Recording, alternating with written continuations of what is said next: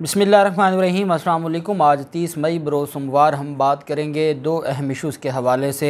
पाकिस्तान तहरीक इंसाफ ने बिलाखिर जो मौजूदा हुक्मरान हैं इनके ख़िलाफ़ अंदराज मुकदमा की जो दरख्वास्तें थी लाहौर और इस्लामाबाद में बड़ी कार्रवाई शुरू कर दी। उसकी तफसील मैं आपके साथ शेयर करूँगा।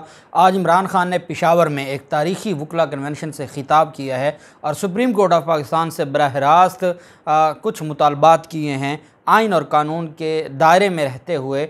उसकी तफसील भी मैं आपके साथ शेयर करूंगा और साथ हम बात करेंगे सिकंदर जुल्करनैन साहब जो कि स्पेशल प्रोसिक्यूटर थे शहबाज शरीफ के, कैसे FIA और शहबाज शरीफ का सारा खेल कौम के सामने रख दिया है कि कैसे वो केस कितना स्ट्रॉन्ग था। साबिक जो तफ्तीशी अफसर जो जिनकी डेथ हो गई है उनका क्या किरदार था, उनकी डेथ कैसे हुई और उनको कैसे रोका गया। जो मामला सुप्रीम कोर्ट में पेंडिंग है उससे पहले ही कौम की अदालत में सारे सवालों का जवाब दे दिया है सिकंदर जुल्करनैन साहब ने। उसकी तफसील भी मैं आपके साथ शेयर करूँगा और इसका असर पड़ेगा जो सुप्रीम कोर्ट ने सारा कुछ स्टे किया हुआ है। कोई बैरून मुल्क नहीं जाएगा, कोई भी शख्स इनमें से ट्रांसफ़र नहीं होगा, तबादले नहीं होंगे, केस वापस नहीं लिए जाएंगे। वो स्टे सुप्रीम कोर्ट का पेंडिंग है, सुप्रीम कोर्ट का स्टे वो जारी है। इस वजह से अब इनको माफ़ी नहीं मिलेगी और इस आज की जो उनका बयान और उनकी स्टेटमेंट है उसके बाद तो इनके लिए रास्ते बंद हो जाएंगे। ये एक बहुत बड़ा इनके ख़िलाफ़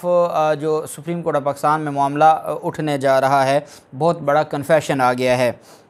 पहले मैं आपको बताता चलूं कि आज पहले इमरान खान की हम आज की स्पीच को देख लेते हैं। वकला कन्वेंशन से इमरान खान ने आज जो ख़िताब किया है, इमरान खान की तरफ से ये कहा गया है कि अगर हुकूमत ने लॉन्ग मार्च में रुकावट खड़ी की तो हम मनसूबा बंदी करके जाएंगे।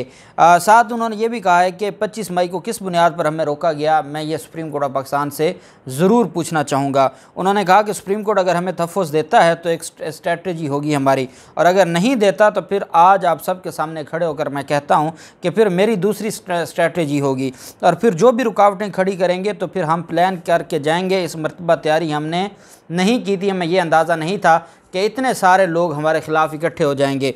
उनका कहना था कि 62 साल से पाकिस्तान आधा मिलिट्री डिक्टेशन और आधा दो ख़ानदानों के हाथ में रहा। इमरान खान ने कहा कि शरीफ ख़ानदान से घटिया और गलीज़ ख़ानदान आज तक नहीं देखा। मैं 26 साल से इनके ख़िलाफ़ जिहाद कर रहा हूँ। सुप्रीम कोर्ट ने इनका ठीक नाम सिसिलियन माफिया रखा क्योंकि ये माफिया है। साबिक़ वज़ीर आज़म ने कहा कि शरीफ ख़ानदान के केसेस सुप्रीम कोर्ट मॉनिटर करे और जज तैनात करे, और ये बहुत बड़ा एक अदालत से मुतालबा किया गया है कि इनके ख़िलाफ़ जितने भी ये हुकूमती शख्सियात हैं इनके ख़िलाफ़ केसेस पर एक जज हो जो इन सारे मामलात को हर पेशी की या जो केस है इसके अंदर हर जो डेटा फेरेंगे उसकी रिपोर्ट अदालत में जाए कि ये वहाँ पर क्या करते हैं। उन्होंने कहा कि बैरूनी साजिश के तहत जो वक्त हम पर आ गया, अगर इसका मुकाबला हमने ना किया तो आने वाली नस्लें हमें माफ़ नहीं करेंगी। इमरान खान का कहना था कि मुल्क फ़ैसला कुन वक्त पर खड़ा है, फ़ैसला कुन मोड़ पर खड़ा है। पहली दफ़ा है कि पाकिस्तान की एक जमहूरी हुकूमत को हटाया गया है, हमारी हुकूमत पर करप्शन का इल्ज़ाम नहीं था। इमरान खान ने अपनी तकरीर में कहा कि जमहूरियत की बुनियाद ही अखलाकियात पर होती है। माजी में जब भी फ़ौज जमहूरी हुकूमतों को हटाती तो अवाम मिठाइयाँ बाँटना शुरू हो जाती। उनके मुताबिक हमारी हुकूमत के दौरान माशी बेहतरी पैदा हुई थी, रिकॉर्ड फसलें तैयार हुई, रिकॉर्ड आमदनी और टैक्स वसूल हुआ और ये सारी चीज़ें आइन और कानून के मुताबिक थीं। वज़ीर आला महमूद खान ने कहा कि खैबर पख्तूनख्वा वफाकी हुकूमत के ख़िलाफ़ सुप्रीम कोर्ट में केस फ़ाइल करेगा। अब जानते हैं कि सुप्रीम कोर्ट में डायरेक्ट फ़ाइल केस तब होता है जब दो हुकूमतों का आपस में कोई मामला बन जाए। जब एक सूबे को वफाक के साथ या एक सूबे को दूसरे सूबे से कोई गिला होता है तो वो डायरेक्ट सुप्रीम कोर्ट में केस दायर कर सकते हैं। उसी का हवाला दिया है कि हम डायरेक्ट केस दायर करने जा रहे हैं और इस मामले पर इमरान खान ने कहा कि मैं आइन और कानून के मुताबिक सारे ऑप्शंस देख रहा हूँ। दूसरी तरफ अमल दरामद भी शुरू हो गया है और ये जो अमल दरामद है इसमें जो आज़म सवाती ने आज दरख्वास्त दायर की है इस्लामाबाद में, और ये सेनेटर हैं आज़म सवाती। उन्होंने शहबाज शरीफ, राना सनाउल्लाह, IG इस्लामाबाद, DIG और इस्लामाबाद में रेंजर्स के सरबराह और FIR के अंदराज के लिए दरख्वास्त दी है इन सब के ख़िलाफ़। दरख्वास्त SHO थाना सेक्रेटरीट को दी गई है।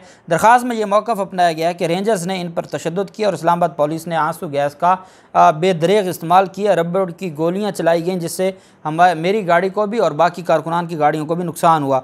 आज़म सवाती ने कहा, मैं एक सैनेटर हूँ और आइनी हक़ के लिए डी चौक एहतजाज के लिए मैं गया था। तशद्दुद और आंसू गैस से मेरी तबीयत ख़राब हुई, जिस पर पोली क्लिनिक में मुंतकिल हुआ। पोली क्लिनिक में तिब्बी इमदाद दी गई। आंसू गैस की वजह से अब सांस की तकलीफ़ है। आइनी तरीक़ेकार के मुताबिक मेरी दरख्वास्त पर इनके खिलाफ FIR दर्ज की जाए।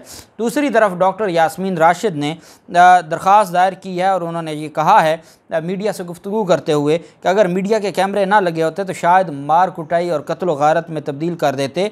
मॉडल टाउन में 69 लोगों पर गोलियां इन लोगों ने बरसाई हैं। उन्होंने कहा कि मैं 72 साल ज़िंदगी में ऐसी बर्बरियत मैंने पहले कभी नहीं देखी। डी चौक में 34,000 शेल फैमिलीज़ पर चलाए गए।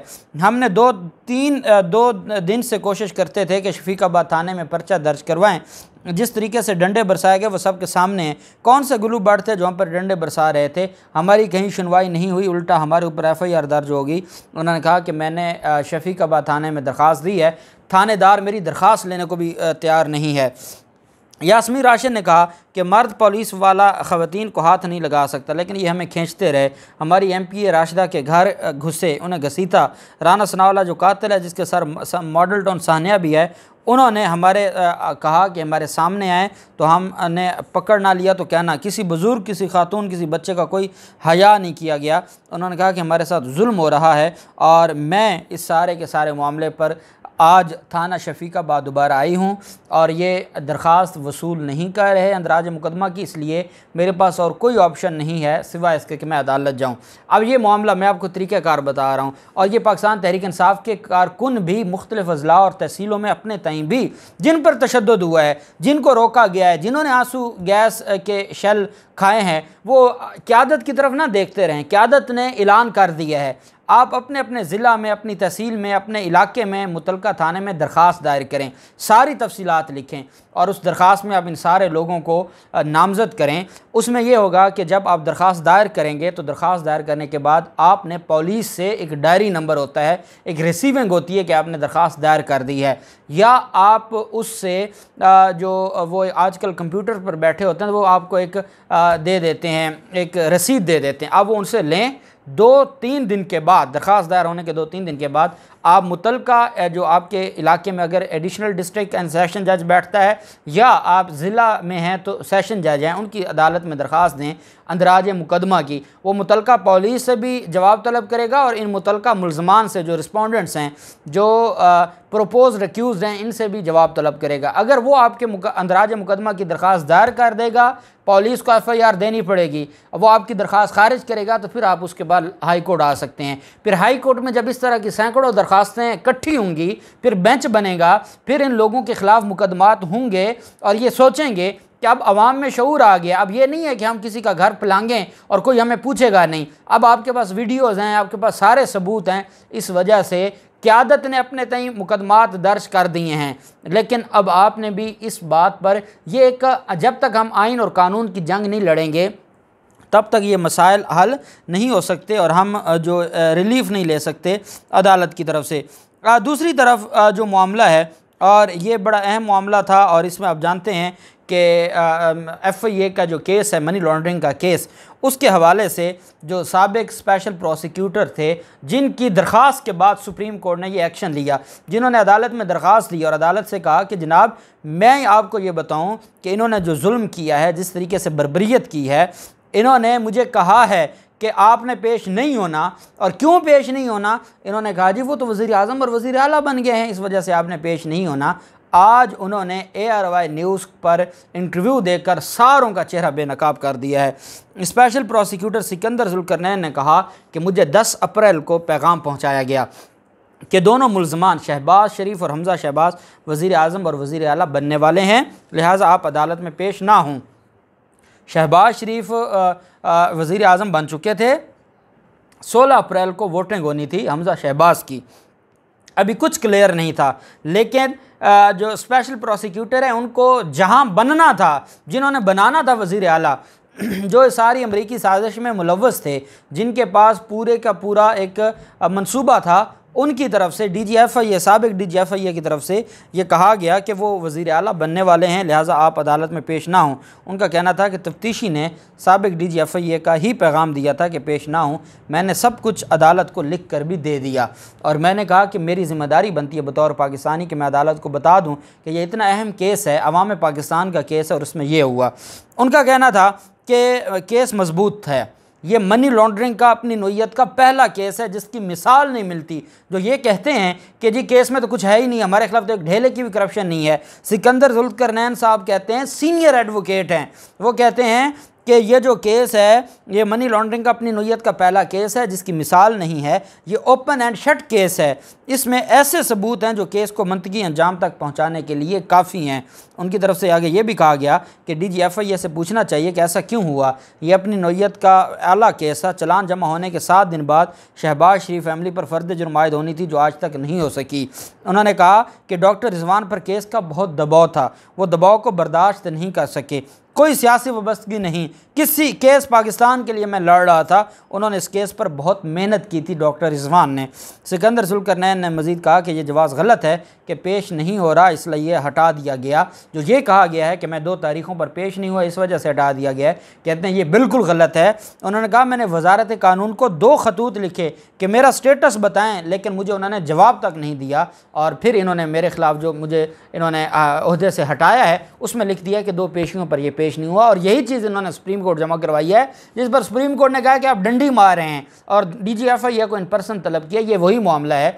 उन्होंने कहा कि डॉक्टर रिजवान एक इंतहाई लायक आदमी थे और उन्होंने इस केस पर अपनी जो बहुत ज़्यादा कोशिश की और उन्होंने कहा कि मैंने बतौर प्रोसिक्यूटर कभी तनख्वाह नहीं ली थी, मेरा कोई मकसद नहीं था, मैं सिर्फ रियासत के लिए कर रहा था, एक जज्बा था और उस रियासत के लिए कर रहा था। मैं तो इतना सीनियर मेरा काम है, इतना ज़्यादा मेरे पास केसेस हैं कि मेरे पास तो टाइम ही नहीं था, मैं सिर्फ मुल्क और कौम के लिए कर रहा था, जिससे मुझे रोका गया। और अगर सुप्रीम कोर्ट ने मुझे बुलाया तो मैं वहाँ जाकर ये सारे हक़ाइक़ बयान करूँगा।